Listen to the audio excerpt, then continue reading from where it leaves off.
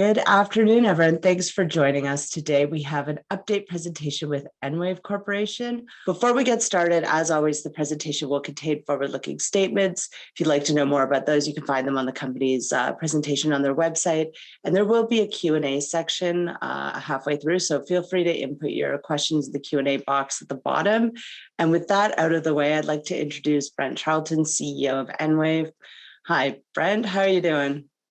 I'm well, Deb. Thanks for having me. It's great to have you back. I mean, it's been pretty impressive to watch what you've done over the last 2 years, and really looking forward to getting a thorough update and giving our network a thorough update. Maybe you could start a little bit by just an overview for those who don't know the company, and for anyone that wants a more detailed overview, feel free to reach out after for a meeting. But yeah, I'll turn the mic over to you, Brent. Thanks, Deb. And as I was going to start, we generate a lot of positive momentum in our business units over the past year and a half or so, to your point, battling through the headwinds of COVID and coming out on the opposite end as it seems to be dissipating, with a lot of positive opportunities for both NutriDried, our operating subsidiary, who's been selling the Moon Cheese consumer packaged good product into the North American market.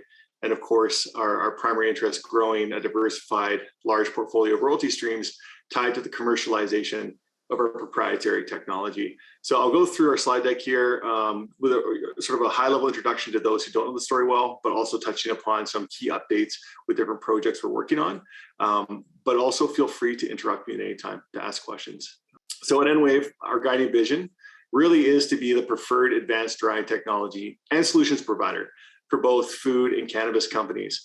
Our patented vacuum microwave technology has been proven at commercial scale and is protected by a robust intellectual property suite, including 20 patent families, distinct know-how, and more importantly, trade secrets, which are applied to a lot of the commercial applications which have been taken to market by the now 50 commercial licensed partners that we have on a global basis. The value proposition of our tech is material. And as a result, that's why we've been able to successfully implement a licensing royalty business model. Our distinctive excellence is that we offer the most scalable and reliable vacuum microwave machinery in the market. There's no other companies that offer the same ability that REV, as referred to as radiant energy vacuum, can provide its users.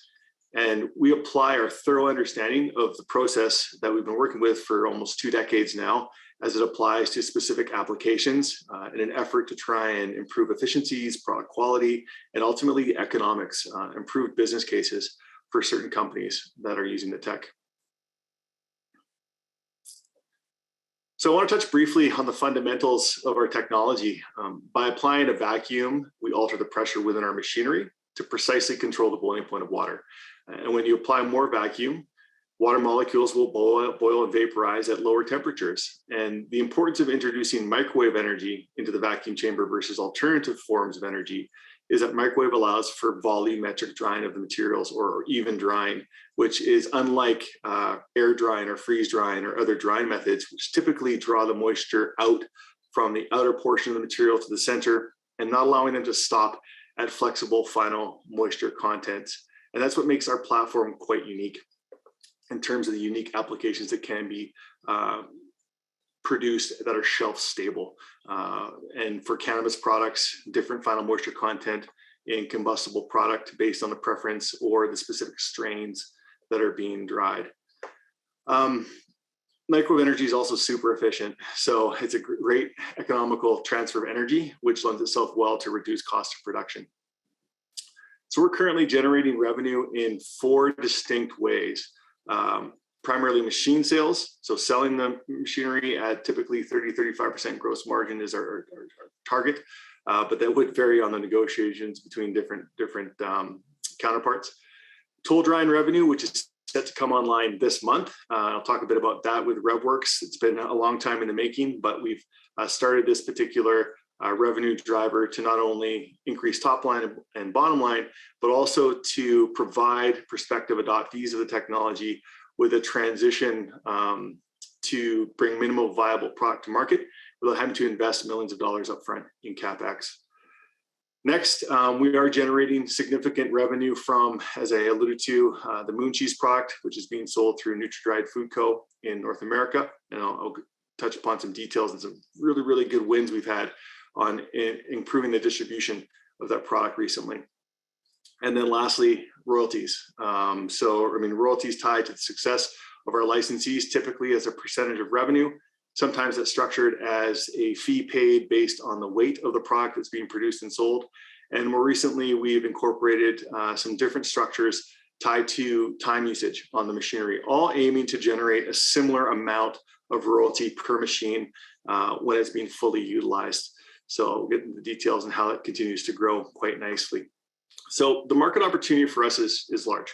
If we look solely at the value of the air-dried food market, the freeze-dried food market, and the emerging cannabis sector, it adds up to obviously over 165 billion now and growing to projected to be 270 billion by 2026.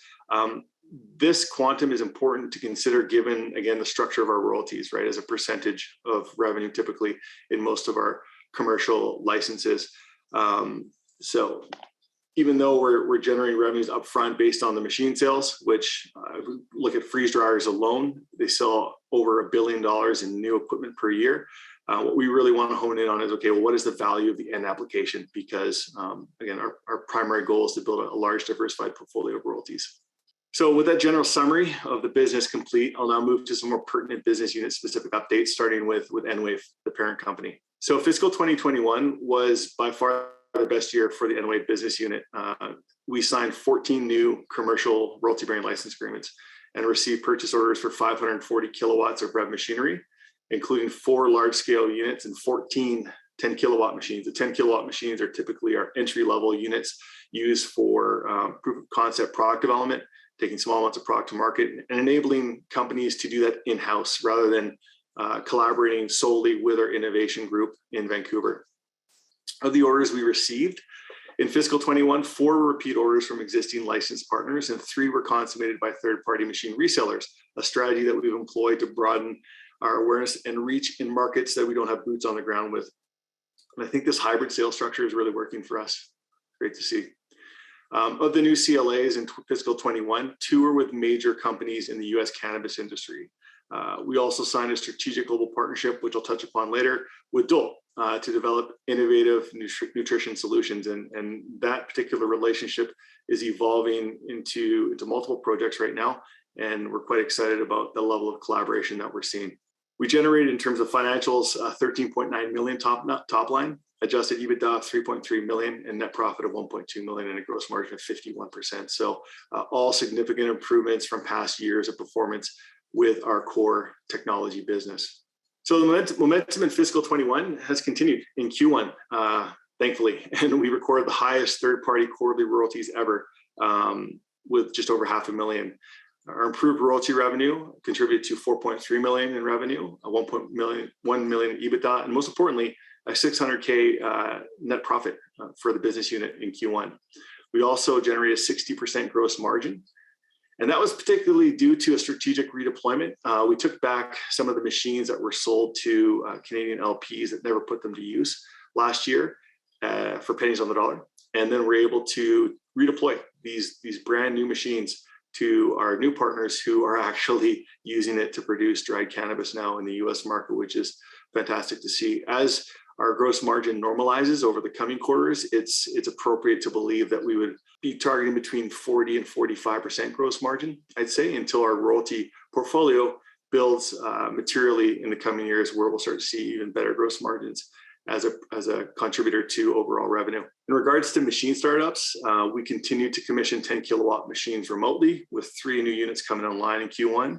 And we finished the installation of the first 120 kilowatt line at our cannabis partner in Illinois, which has been used consistently for all of their production since being started up. We also secured new repeat machine orders from Dairy Concepts, which is a group that's commercializing a product similar to Moon Cheese in the European continent out of Ireland, and also secured a second 120 kilowatt being sold to that same Illinois-based partner in cannabis, whom was so impressed with the reliability and consistency of that end product that they decided to purchase a second. And guidance, as they continue to grow their infrastructure, will likely need more large-scale machines in the coming months, which is quite exciting for us. We also signed 2 new R&D agreements, or TELOAs, Technology Evaluation License Option Agreements, as we refer them to as. One with a company out of India. It's the first relationship that we've entered into in India, a massive market that we're hoping to become more present in the future. And second, with a company called PIP International, which is a company out of Lethbridge, Alberta, focused on the development of high quality premium pea protein isolate products. And we should see that project specifically picking up steam in the spring with a number of trials already planned out and coordinated with our group. The question is, why are food companies even interested in our tech? And the answer to that is that our patented vacuum microwave technology is rapid, it's gentle, takes less than 25% of the time when compared to freeze drying, which is the primary incumbent. And it allows the users of the technology to produce typically innovative new applications which can't be replicated using the other platforms. And a caveat in the licenses that we're typically signing with food companies, and this is very much different from our strategy in the cannabis space, there's certain exclusivities over product types that are granted for different geographies. And so it gives them a distinct competitive advantage and assurances that there won't be other companies bringing Me Too products to market, giving them a head start in trying to gain market share and customer acceptance and loyalty. So the results of that comprehensive value proposition is that we've been successful in consummating 38 current royalty brand licenses with food partners. I mentioned Dole, a household name that many of us are familiar with, but also Calbee, which is the largest snacking company in Japan, with a global footprint for distribution of their products. PepsiCo through their Bear Snacks subsidiary for high quality fruit snacks, and many more, as you can see on the slide here. A lot of these companies have the potential to purchase multiple large scale rev machines from us. And we expect several of those who are operating with 10 kilowatt units to convert to larger scale continuous lines this year, based on the feedback that they've given us with positive market acceptance and ultimately just a need for increased manufacturing capacity. So hopefully we'll be bringing a lot of good news flow to our shareholder base in the coming months. In regards to cannabis, talk about like speed of drying in food, it's even more material in the cannabis industry. And we've devised a protocol, which we refer to as Terpene Max, which is able to dry fresh or frozen cannabis down to a flexible moisture content between 12-15%, whatever the licensed producer or MSO wants, in less than 2.5 hours.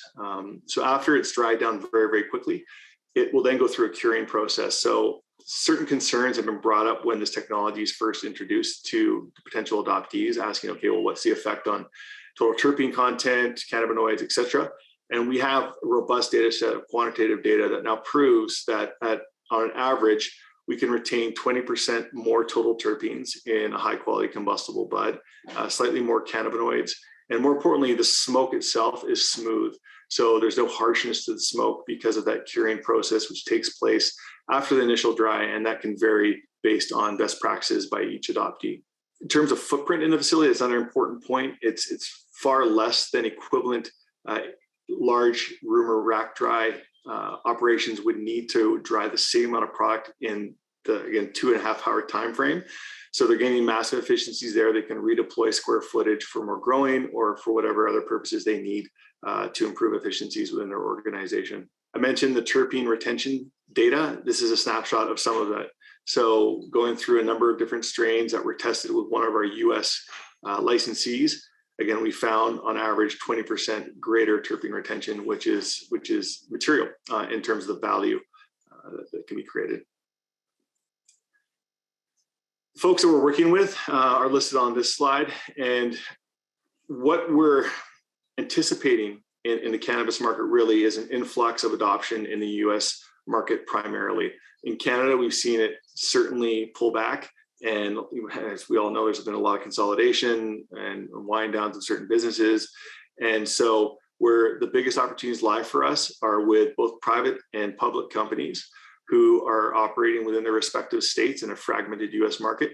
And we now have the ability to deploy multiple machines. Like we did calculation of the 7 top prospects that we're going after.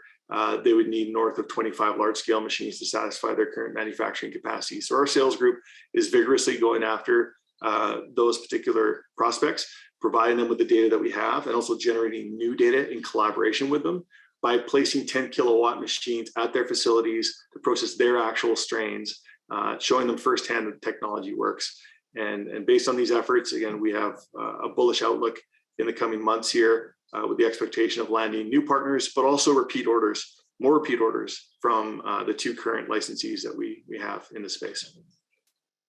So our largest and most present, as I talked about, opportunities in the US market. Folks have rumblings about federal legalization. I personally don't see that happening anytime soon. And I think that's to EnWave's benefit in that when federal legalization occurs, one would anticipate that there's going to be a lot of consolidation, and the focus of the senior level management teams will be less so on the operations and the efficiencies within their ecosystem, and more so on financial transactions. And so it's our goal to try and deploy as many of these machines prior to any form of federal legalization where we would see that unfold. One additional point in cannabis is that we have the capabilities of producing GMP qualified machines, which are critical for the production of medical cannabis in the European continent, primarily in Australasia. And so we've sold several 10 kilowatt GMP units and have quotes out for larger scale GMP units. And we're hopeful that we could receive our first large scale GMP unit order sometime this fiscal year based on the projects that we're involved with right now. And so in total, we have, again, mentioned 50 royalty bearing partners operating in 23 countries. And we have 12 regional resellers representing our technology, looking to fill the funnel with new prospects and work them through to full-fledged royalty licenses. And so I think that this particular structure that we've employed, we intend to grow it with additional resellers that are qualified.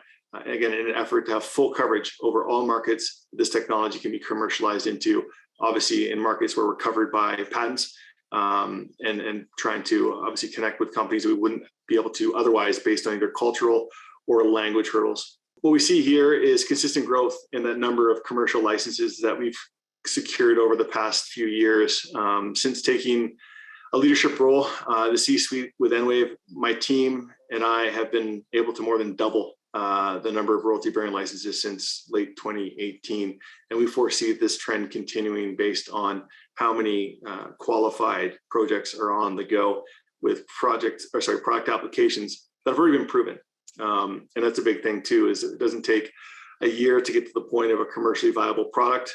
We fully understand the economics of a number of different application areas and can get that information to a prospective adoptee quickly. And now it's up to them to implement certain marketing strategies and distribution strategies to create a tangible business. In the future here, for this year, we put a target for 10 large-scale machine orders, and to date, we've sold 2. So we've got 8 to go before September 30th. In this particular case, we don't have to go through the rigors of negotiating commercial terms that have already been agreed to. It's now purely about need, how much product they need to bring to market to satisfy demand. So in the pharmaceutical space, I'll just briefly touch on it because it's not a primary focus for us. Took the strategic decision to farm out the development of the tech to Gaia Lyophil, who are a dominant player in freeze drying globally, and have a fulsome understanding of the GMP requirements for the production of pharmaceutical products.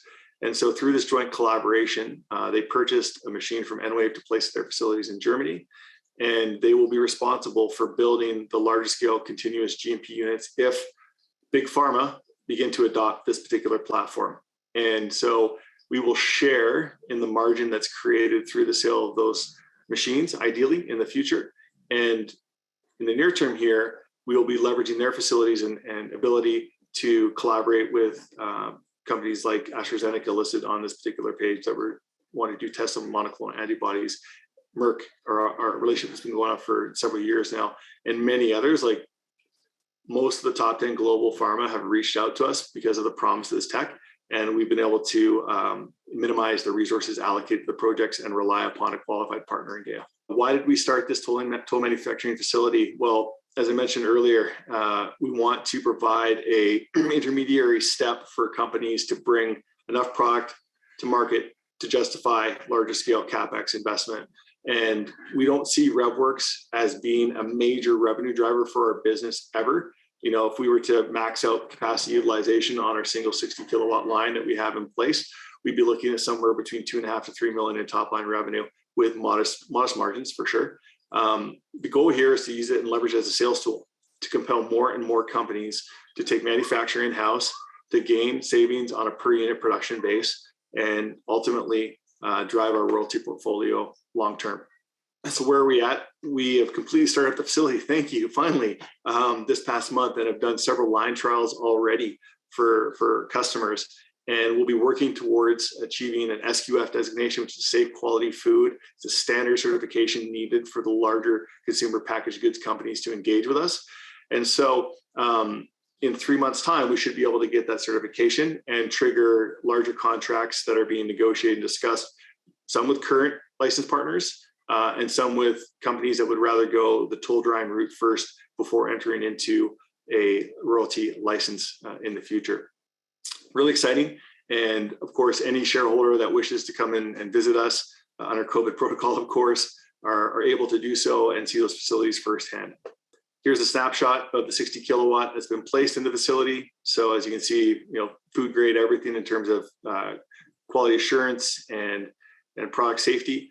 We also have a large scale air dryer and a number of upstream and downstream mechanisms to suit different product types applications. So pre-frying, freezing, packaging, you name it, we have it all on site, ready to go for potential users of the facility.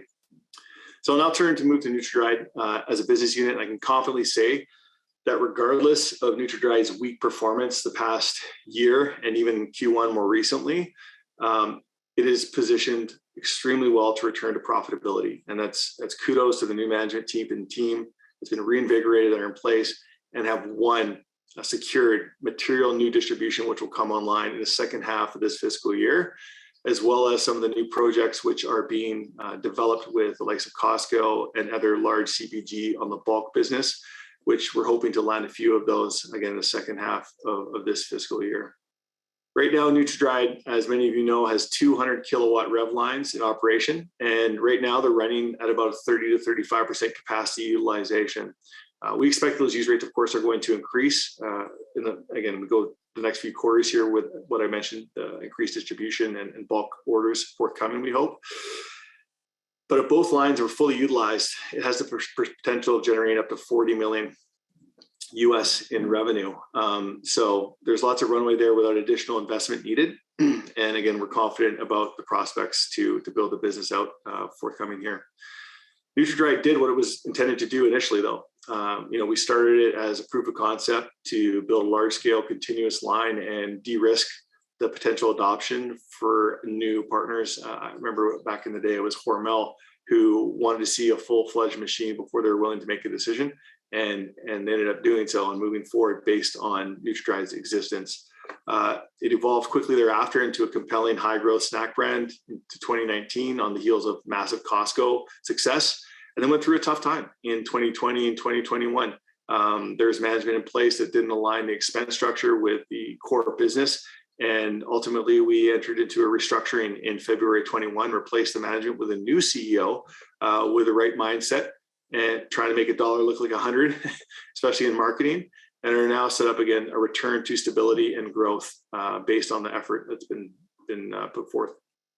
So in terms of details on the wins for NutraDried and a return to financial success, I'd say Q3, Q4, is that they've secured 3 SKUs to go into all 2,200 Kroger stores across the United States in the latter half of this year. Kroger will become then, I think, the largest potential customer for NutraDried if all goes well, velocities hit the metrics that we anticipate, which is great. We're also confirmed to expand from 500 to 1,800 stores in Target.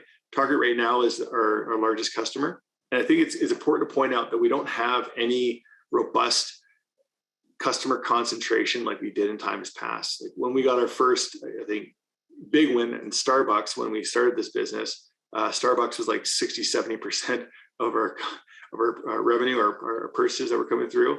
And then Costco at a high in 2019 was like somewhere in the range of like 65-70% of our customer orders that we were receiving. Now there's not a single customer even including Costco, as Costco is coming back now, it's more than 12%. So that's a good position to be in, less risky for how the business should perform going forward.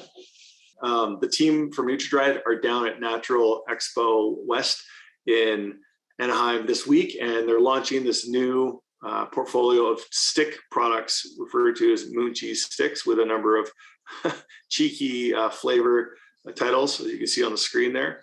And this particular product format has resonated very, very well with buyers. Mentioned the wins at Kroger and Target, but Whole Foods is committed to taking a number of these SKUs nationally starting this month. And we're really excited about the prospects of expanding not only from the Whole Foods national distribution, but into the other large grocers who are already carrying the core moon cheese product as a complementary SKU, as opposed to a cannibalistic situation where it would directly replace the standard moon cheese product. Further to that, on a bulk basis, this particular format has stimulated significant interest from some large CPG players and club format buyers. Hopefully more to come on that in the coming months here. So, with the details I've shared about NutriDried, we expect that both business units should be firing on all cylinders together by Q4, and EnWave to continue its positive performance throughout the fiscal year. So as I summarized earlier today, our Q1 performance at EnWave was quite strong, and NutriDried was not. But we expect steady improvement through the rest of the year for the aforementioned reasons. On a consolidated basis, our gross margin improved significantly in Q1 to 43%.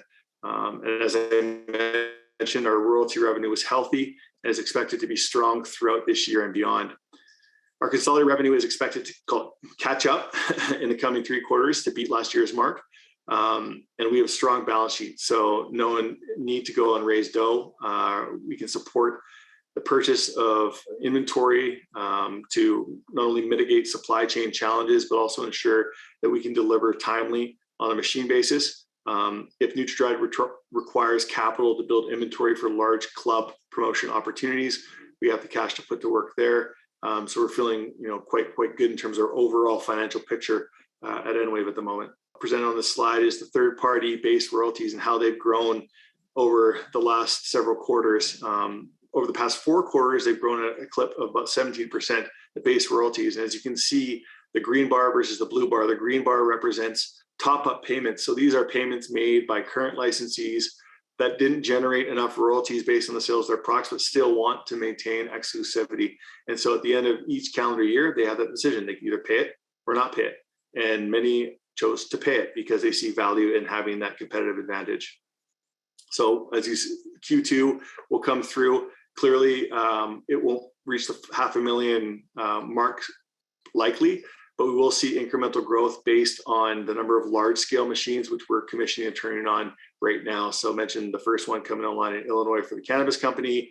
We've got a second one going to the same company this summer. We have 120 going down to a cannabis company in the Midwest, which will be turned on next month. And we have another large-scale machine that's going to be turned on in Peru for Branch Out Snacks, which is commercializing banana and avocado products. So combination of those 3 machines, plus the machine that's already been installed in Spain, starting to be used more frequently for cheese snacks under patatas fritas, should lead to good growth in royalties quarter over quarter. If we look at our capital structure, there's currently over 110 million common shares outstanding, and about 40% we estimate to be our free float. There's a number of larger shareholders which have been very long-term, as long-term as I've been working with the business, over a decade. Their patience, I hope, will pay off in the coming couple of years here as we continue to shore up the footing of both business units. Insiders own about 2.5 million shares, as many of us, before are not high net worth individuals. We're busting our ass to increase valuation of this business so that we do become high net worth individuals, and we're exposed on options and RSRs, which will help us get there. So we're highly motivated to continue to deliver and grow the business. We've been trading between 85 and 95 cents recently, down with a market cap of about 95 million. And given our expectations this year, our current trading range could be a very good opportunity for folks to average down and or start a position in our business. I'm very confident the work that we're doing will help us progress to a point where our royalties are going to be compounding year over year. And the base of large scale machines that are deployed, that are being used in both the cannabis and food industry will materially increase in the coming 12 months. So our focus moving forward in fiscal 22 will be clearly to drive new deals, sell more machines, get NutraDried back to profitability, which is well on its way to, given, again, we talked about the distribution that has been confirmed, the new product introductions, and the upside of potential club promotions, which could be material to that business, alongside larger bulk projects, which are underway in collaboration with our innovation group and NutraDried's manufacturing capabilities. And we'll continue to grow our reseller network to fill that funnel, as I mentioned before. The goal is to have consolidated positive EBITDA this fiscal year. And I think it's certainly feasible, again, given what we have in front of us, the deals that we have the opportunity to close, and just the overall, I think, optimism within those relationships. We're uniquely positioned with a technology that is unavailable from any other OEM. It clearly has established a value proposition in two distinct verticals, in food and in cannabis. And the way that we've gone about the cannabis commercialization is one of non-exclusivity. So we're not limited to whom and how many machines we can sell, so long as it's legal to process the material. On the food base, we have some marquee relationships that are looking at, I would say, significant adoption of the technology, assuming the products test well in market this year, i.e. Calbee, Dole, et cetera. A number of these companies that are open and transparent about their plans. So that gives us good confidence in terms of the adoption. And then ultimately, if we can generate a significant portfolio of royalties falling to the bottom line that well cover our overhead expenses on a yearly basis, and then we're getting the more lumpy machine sales business forthcoming from, again, follow-up repeat orders and or new adoption, we're in an optimal position to look at either paying dividends or buying back stock more aggressively than we've done with our NCIB in recent months. And for me, I think this is achievable, and not in 10 years time. I think within the next 2 to 5 years, based on the feedback we're getting from the market, this is a realistic goal for us to put forth in front of us. The first question that I had that was asked multiple times was about the share buyback process. Can you be more specific about what's been going on with the buyback? We had always tried to have that NCIB in place to use it opportunistically. And there were points in time this past year where we were aware of overhangs and wanted to buy back stock, which we felt to be at cheap prices, to help the stock breathe and to strategically bring the shares back and eliminate them. As we've moved forward here, call the past 3 months, we've identified that there are significant supply chain challenges for us, significant meaning like a 2 to 3 month delay with key componentry being delivered. And internally, we discussed, okay, what is the best use of the cash that we have on hand right now? And for us, it's speeding up the time of manufacture to be able to deliver the large scale machines quicker, making sure that we're not delayed by those supply chain challenges if a partner wants the machine in 5 months or 4 months. So we've chosen to deploy capital to build 2 large machines on spec right now. And we're going to continue to build at least 2 machines on spec on an ongoing basis to alleviate that. So in terms of NCIB use, we don't anticipate using it currently. In the future, perhaps, but not at this point. And I think for the purpose of the Q&A section, maybe we keep it thematic and kind of start at the beginning with the rev technology and machine sales, and then move through as you did. So you answered one of my first questions, which was about supply chain constraints. The other question I had is, are you seeing cost price increase pressures on the machine side? And how are you dealing with those? Yeah, I think that's across all industries. As you're seeing suppliers increase the componentry pricing, we've seen as high as 20% and as low as like 5-6%. So how to counteract that? Well, we're changing our pricing too, and so we've increased the pricing of our machines across the board to cover off the increases in the componentry pricing. Okay, I think that's the best anyone can do right now. And then. So machine sales were obviously slow during the initial stages of the pandemic. When did you see that pick up again? Are you seeing that there was like pent-up demand? Can you talk a little bit about what you're seeing right now or over the past year? Yeah, it really started in like second half calendar 21, where there was a desire to re-engage and begin projects where it wasn't defensive mindset from the majority of companies that we were dealing with, and folks got more aggressive and comfortable with the overall macroeconomic outlook.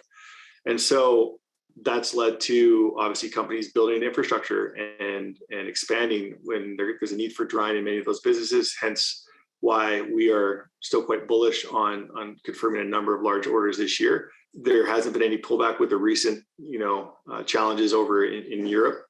There still is full steam ahead with these projects, which is encouraging for our business. But of course, like we're hopeful that the issues in Eastern Europe will be resolved as fast as possible. And in terms of installation, you've been able to install machines for the past year and a half. I know at one point you were doing them remotely. Have you been able to get people on the ground? So for the small machines at 10 kilowatts, we've been doing remote installations throughout COVID, and we're not going to stop because the cost is less. And we've built tools to assist our licensed partners with doing these quite simplistic installations without having to travel. So that will continue. That's For great. large scale machines, we absolutely need to be on site. And we traveled through COVID, the heart of COVID. We were down in Peru, we were down in Costa Rica, we were finishing off large scale installations. We have a team that's fully committed to abiding by COVID protocol if need be, but we're going to get the job done one way or the other. And then I had some questions about your some of your key relationships. Can you talk a little bit about the relationship with Bear Foods? Bear Snacks originally was independent, and then they were acquired by PepsiCo. So the license was signed prior to the acquisition, and they have right now 3 10-kilowatt units. And you think, okay, well, why not a big unit? It's just the nature of that particular product application. And so our line of communication with PepsiCo is very much open and supportive on a technical troubleshooting and development basis. My other question was around the cheese licenses. How many cheese licenses do you currently have? Right now, we're about a dozen. So all geographic specific in nature. Many of them are using 10 kilowatt machines to try and, justify scale up.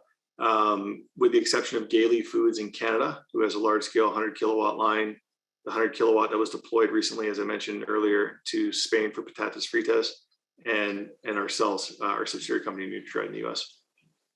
Do you think part of the adoption in the dairy industry towards this type of technology is because you have a test plant in the Moon Cheese factory, and you're able to show commercialization and how the product works and sales, et cetera?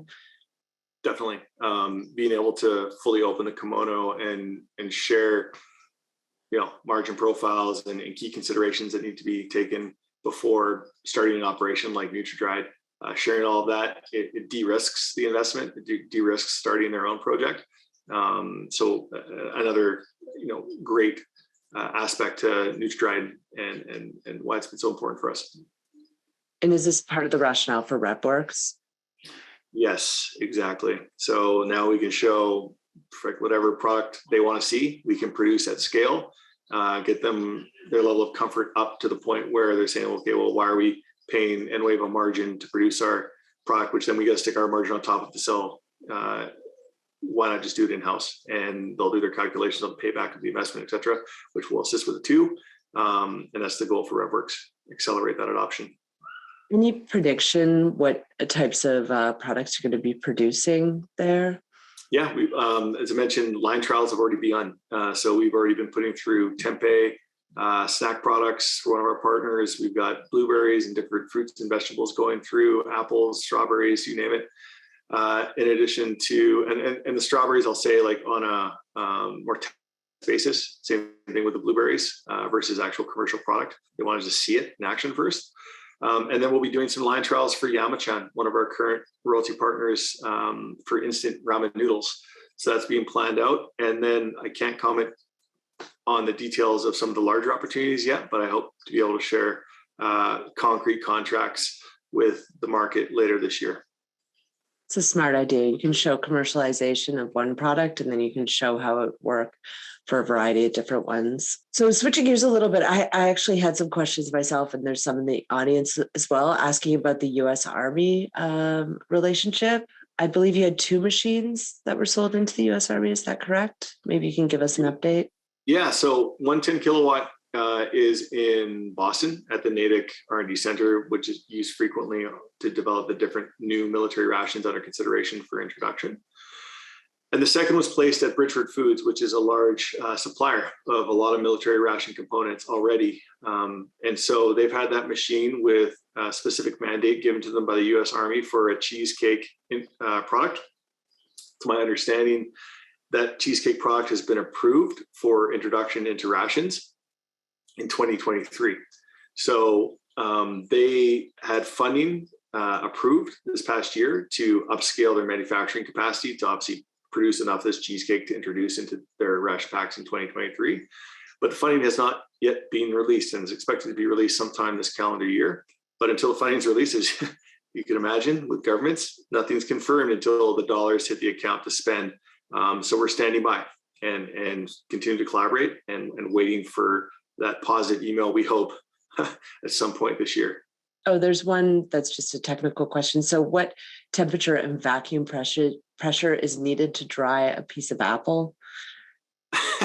You'd have to come under a mutual non-disclosure agreement for me to share that level of information. No, I'm serious. We have to come under an NDA because we have best practices that we have to share. It could be a spy, Brent. They're out there. They're out there. Asking about banana moisture content. I'm assuming you can't answer that either. Well, I could just say so let's talk about moisture content in general for product applications. Sure. Like I alluded to, we can dry down to whatever final moisture content is desired to achieve the product characteristics that you want. So for bananas, for instance, we can dry down to a very crunchy, like sub 5% residual moisture content, shelf stable product using either ripe, semi-ripe, or green banana. Once it's powdered, or we can stop, upwards of like 8 to 12% and have a chewy shelf-stable banana product. That encompasses the flexibility of what vacuum microwave can offer for food manufacturers. That's great. Well, it looks like somebody's interested in a paste for a fruit bar, and they're asking how the royalty models work. And I'll just give them my email, and I can put them in contact with you. But do you want to run through how the royalty model works? Yeah, I mean, in times past, EnWave was quite rigid in terms of the royalty model that was attempted to be commercialized. And we need to be fair. We need to understand that every business case is different. And we need to ensure that the adoptee, the companies that are buying this equipment, put into use in the effort of marketing and distribution, all these other things, need to win in the lion's share of the value that's created. So we have a good idea what that looks like for many product applications now in the food and cannabis space. But we are savvy negotiators, and we will do what needs to get done to make projects work. So royalties can be either based on, again, percentage of revenue. That ranges based on product between 2.5% to 5%. It could be on a per unit basis, per pound, kilogram, gram, and that of course fluctuates based on the product type. Or as I mentioned, we've been shown greater flexibility in more recent times and charging a fee, which we call a technology service fee, not purely a royalty, given the support that we will provide to the end user on a continued basis, whether it be product development, process development, obviously machine upkeep, all of those things on a preventative maintenance basis that are part of that fee that the partner will be paying to us on a quarterly basis. What's going on the hemp side of the business? And I apologize if you touched on it. No, I didn't. The announcement that we put out in terms of evaluation with a U.S. hemp company has morphed into a cannabis commercial license. So all of the companies that we're engaged with, now are typically focused on high quality combustible product, like the premium of premium smokable buds. Okay. And one other thing that I was thinking about when you were talking was when you first started doing the drying process for like the test runs, one of the issues that the cannabis producers were facing was mold and other deleterious things that were happening to the product, and they're having to throw out huge amounts of it. Is this still an issue in the drying rooms? It is. Yeah, no, it absolutely is. Firsthand witnessed it. when we're doing some of the trials with prospective adoptees, and it just exemplified a greater need to introduce this type of technology into their ecosystem. Because we dry so fast and it's basically harvest, okay, it's going through the machine and then going to a curing step, it reduces the opportunity or possibility for blight to take hold of crop and have very expensive write-offs. So that's a key contributing variable to incorporate into their modeling of like, okay, what value is this going to bring to our business? Okay, well, we're going to eliminate X dollars of batch write-offs per year, which has been, our average for the past several months. Okay. And I don't see any audience questions about cannabis, but I had one just about the targets that you set for the year for machine sales. I know you touched on it and that you've sold 2 and you need to sell 8 more of the small ones to hit your target. And I'm not sure what your target for large machine sales was, but maybe you can... for large machines, it's 10 in total. It's 10. Okay. We've sold 2 thus far, 1 repeat order to our Illinois-based cannabis partner, and 1 more recently to a new partner, newish partner who's using a 10 kilowatt in Italy for premium fruit and vegetable snacks. They scale up to 120 kilowatts. So that's the 2. And then we want to hit another 8. And so out of the 8, I'll call it 5 are anticipated to come from cannabis companies, some of which from our current partners as repeat orders, and 3 from current food partners communicated a desire to scale up. And again, these can fluctuate either way, food to cannabis, but we feel that's conservative based on the decision points forthcoming. I'd be remiss if all decisions came back saying, nope, sorry, we're not moving forward, given the data and information we have and the momentum that are building with these projects. And do you have a target for small machine orders? Yeah, we had a target for 15. Just because it was the sort of the cadence. We sold 14 last year, and it's okay, we'll add 1 more, 15 our target. But keep in mind, like the 10 kilowatts sell for between 200 and 250,000 a piece, and the large machines sell for 2 million. So you have to sell 10 of those machines to equate to 1 large machine. So if we were to, I'd be happy if we sold the 8 large machines. If we sold 2 more 10 kilowatts, okay, so be it. What makes or breaks our business at this point in time is the sale of large scale equipment, period. Got it. And of course, Moon Cheese getting back to profitability.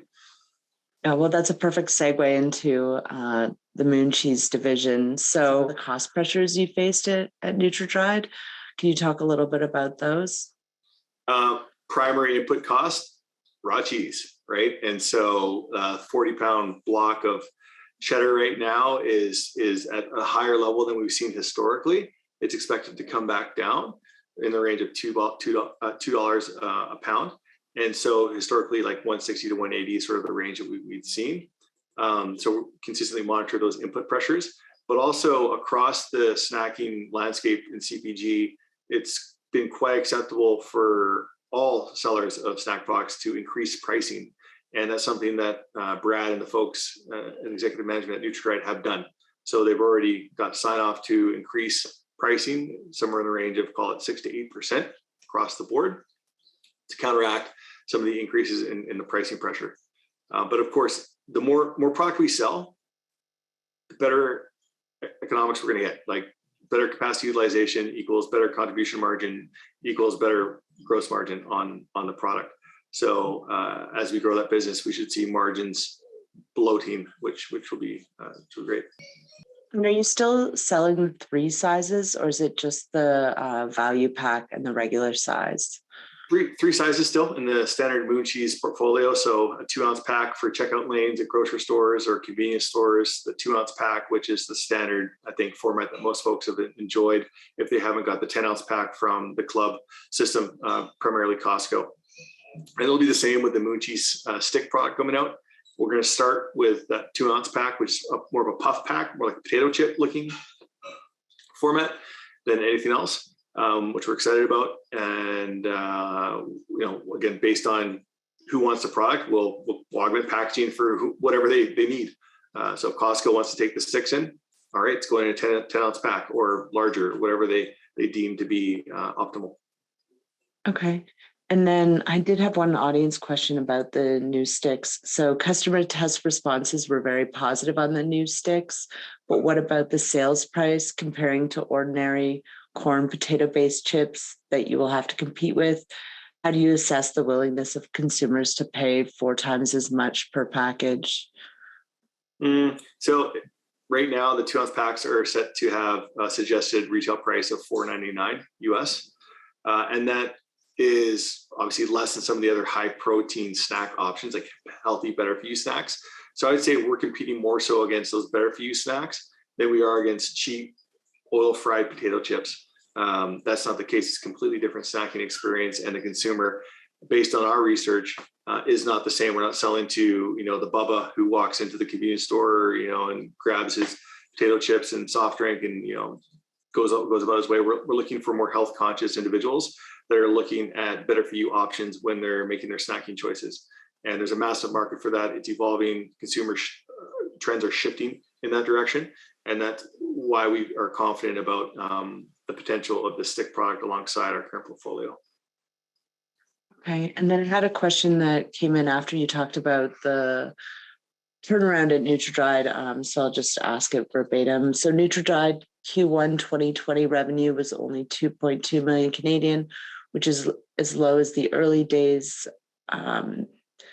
This cannot be all related to the loss of Costco. Can you give an indication of the drop in sales, for instance, chains like Starbucks? And I know you touched on some of the current demand, but maybe you can just provide a bit more color, Brent.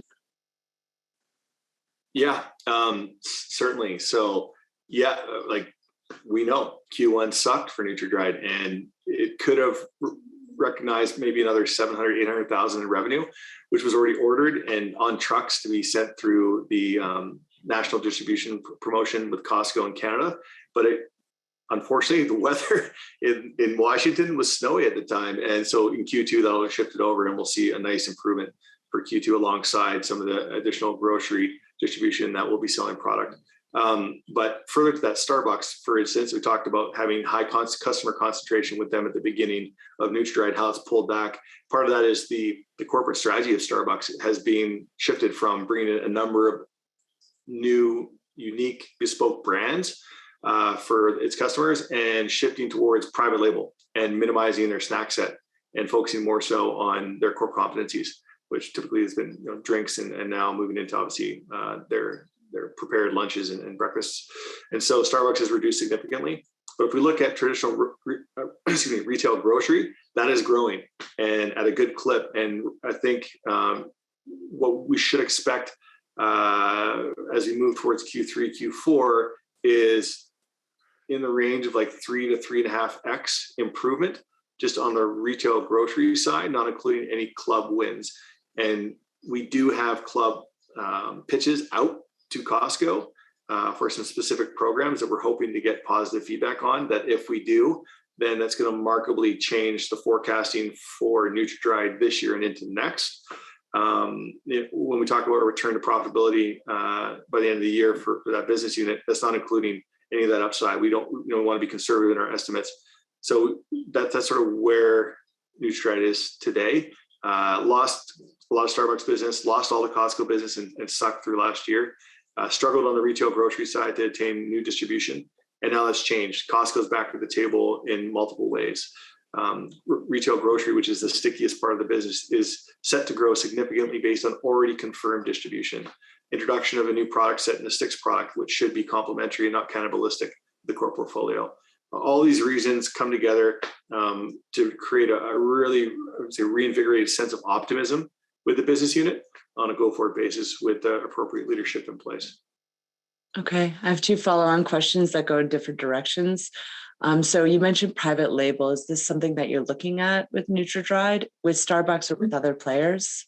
Absolutely. Yeah. I'll just say that there's pitches out to all of the grocers in North America that primarily deal in private label. So a Trader Joe's, for instance. Also, love Trader Joe's. So we're going to go vigorously after that business. We also are discussing with larger CPG folks, some of which have already a good sized portfolio in dairy, that are looking at different formats and saying, can you produce for us? And we're saying we absolutely can. So we're going through that evaluation process and getting the product spec exactly right for them. And we're hoping that one or two of those land this year. And then that, again, materially impacts the outlook for the capacity utilization of the plant that we have down at Ferndale, Washington. Okay. And then my second question was with the retail grocers. So when you're going into new chains with new SKUs, et cetera, there's listing fees associated with that. What can investors expect to see in terms of listing fees going forward? Yeah, so trade spend, listing fees, it's an appropriate level right now for new distribution. Our margin on the Moon Cheese product, including trade spend, we're looking at somewhere like, actually, I shouldn't be disclosing this in case the competitors, let's see. What I'll say, I'll leave it at, it's an appropriate trade spend now, but we're cognizant that as the product gets on shelves in the large Kroger ecosystem and the expanded Target ecosystem and prospectively Walmart in a more material way, et cetera, that there's going to be a demand for higher marketing spend to increase velocities and to continue to own the shelf space that we've already confirmed. And so that is a concern for us. And we're trying to balance spending the right amount versus spending irresponsibly, and also determining whether it's best to go down that private label route where you're producing in bulk and have a nice clean margin, selling to a CPG company who already has more leverage in the space for distribution. So those are considerations and discussions we're having ongoing. So the investors should look at NutraDried as being, first of all, profitable on a unit by unit sales basis, with adequate gross margin somewhere in the range of 20 to 30% on a go forward normalized basis. And for anyone that's unfamiliar with listing fees, can you just explain exactly what they are? It's what you pay certain retailers to get your product on shelf, and or there can be requirements for trade spend in terms of promotion to try and drive velocities. Velocities can be described in several ways, but essentially it's how many packs of certain product is sold per store per week, and you've got to hit certain metrics to make it all worthwhile for the grocer. And so there's a lot of complexity to balancing that in the different distribution relationships. Okay. I think that I'm almost done grilling you. I know we're a little bit over the hour, but I asked you to allot an extra 15, so I think you're still okay. Yeah, I know we're good. We're good. Okay. So a couple questions, and I apologize. I hate jumping around, but I missed one on the cannabis from the audience. So you still put high hopes on the cannabis sector. Well, the first experiences in cannabis were a disaster. I'll let you comment on that. And EnWave, being part of a cannabis tracker, has been dragging on the stock price down accordingly. What makes you believe that the U.S. cannabis industry will not follow the same path? Well, first, the companies that bought large-scale equipment from us in 2018, 2019, they did so on a whim. They didn't do any robust test work. They just knew that we could dry at low temperatures and fast, and said, okay, here's a few $1 million. They acquired machinery and then never put it to work because they were so busy about managing their stock prices and just like selling the dream, which turned out to be a lot of falsehoods and lack of execution. And thankfully, we were able to exit some of those relationships before shit hit the fan. And we were able to buy back those assets for pennies on the dollar and then flip them to competent operators in the United States, which has worked out to our benefit significantly. And also, I will point out that one of our Canadian partners, TGOD, who, if you look at capital markets, a lot of people say would be challenged, have been a phenomenal collaborator, actually putting the machinery to use and generating the data and showing firsthand other prospective adoptees that, yes, it does work. And so without their collaboration and getting the data that we needed to go and sell it over again, it would be a much more difficult situation. So key differences here is we actually have the quantitative data proving out that it works on a time savings basis, on a quality basis, all the key things on a reduction of bioburden, et cetera. And so it's ironclad, really. It's like, if we can't sell this, then I don't think we can sell this technology to anyone, because it's such a compelling value proposition. So that's the marquee difference. And then in terms of operators, as I talked about before, due to the fact that it's not federally legal, you're going to have a number of fragmented markets with limited amount of players. And so the focus is running and building profitable businesses near term, not at acquisitions and trying to inflate market capitalization in the public markets, because a lot of these folks are private. And that's how I see it different. Okay. Thanks for that explanation. I had another question, which was, can you provide an update on the legal proceedings against former employees? Yep, happy to do so. So the last court hearing was in January, and it was an injunction hearing based on the temporary injunction that was granted by the first justice that heard our case. And so it was a 3-day affair and heard submissions. The justice heard submissions from both sides and has not yet made a decision. And it's been, I think, close to 6 weeks. So indications are that, it wasn't a situation where the justice felt it was an unfair injunction, given that he's allowed it to continue on in full force up until this date. We haven't heard any update. And so here we wait. And in terms of the actual court case itself, in all likelihood, it would be scheduled for September, October of 2023. So, of course, we'd love to have a positive result from the injunction, but even if we do not have that in force until the court hearing, we're still confident that they have no capabilities to directly compete with us, given, I'll leave it there. I won't go any longer than that. You haven't seen any loss of business resulting from this issue? No, they can't operate currently. They can't do anything to do with vacuum microwave at all. They can't market, sell, develop, assist, anything. Their hands are completely tied based on the justice's decision after the initial submissions were made. And then the second injunction hearing has upheld the first injunction pending a decision by the justice, which they could do a number of things. They could uphold the full force of the first temporary injunction. They could augment the language of the injunction and keep some form of injunction in place, or they could eliminate the injunction in its entirety. And that's completely in the hands of the Honorable Justice that heard our submissions. Okay, I think that's very clear. I had one final question, which is going back to the question on share buybacks. So I will repeat it just so the person that asks gets the clear answer that they want. So it's relating to the strategy with the long-term strategy of positive cash flows. So I guess I'm not familiar with tax code in Europe, but for some of the shareholders in Europe, I guess dividends or share buybacks are important. So can you elaborate a bit more on the strategy surrounding that for our European friends?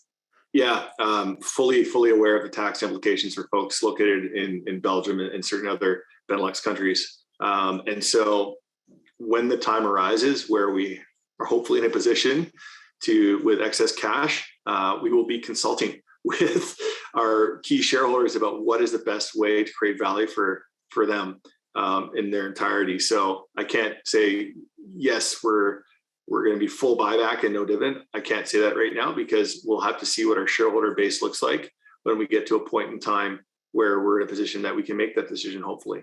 But we will make that decision in the best interest of our shareholders, certainly. We got to thank you. So thanks for clarifying that, Brent. I think with the few minutes remaining, maybe you can talk a little bit again about where the company's been over the last 2 years and some of the catalysts that are coming and some of the reasons that you think that shareholders should once again be looking at EnWave as an investment. Yeah, we'll start off with us having the best clarity on what the coming quarters should look like, and the real relationships in both the food and cannabis space, where we know the products that these folks are going to be bringing to market are commercially viable. And so I think we can count on consistent sales of large scale machines. And as I alluded to, those are critical to the success of our business.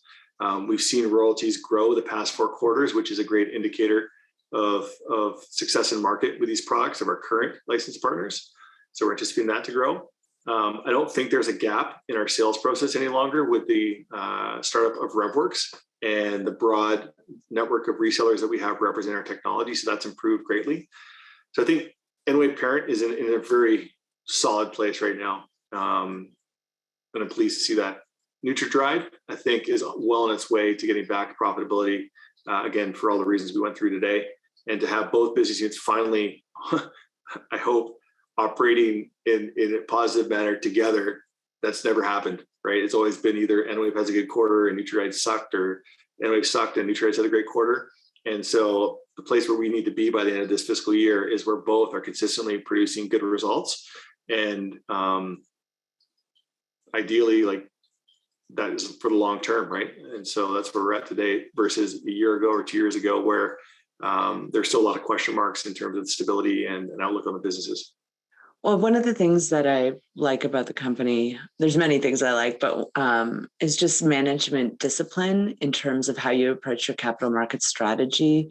And, you've always approached it with, when you have a story to tell, you're going to get out and tell it, and you're going to promote the stock when it needs to be promoted and not just promote it and stuff shareholders. So it's a discipline that you don't often see in the small cap space. And so I knew when you agreed to do a webinar with me that you finally had something that you wanted to voice to the market. So I think it's an admirable quality, but a smart quality from a capital markets perspective.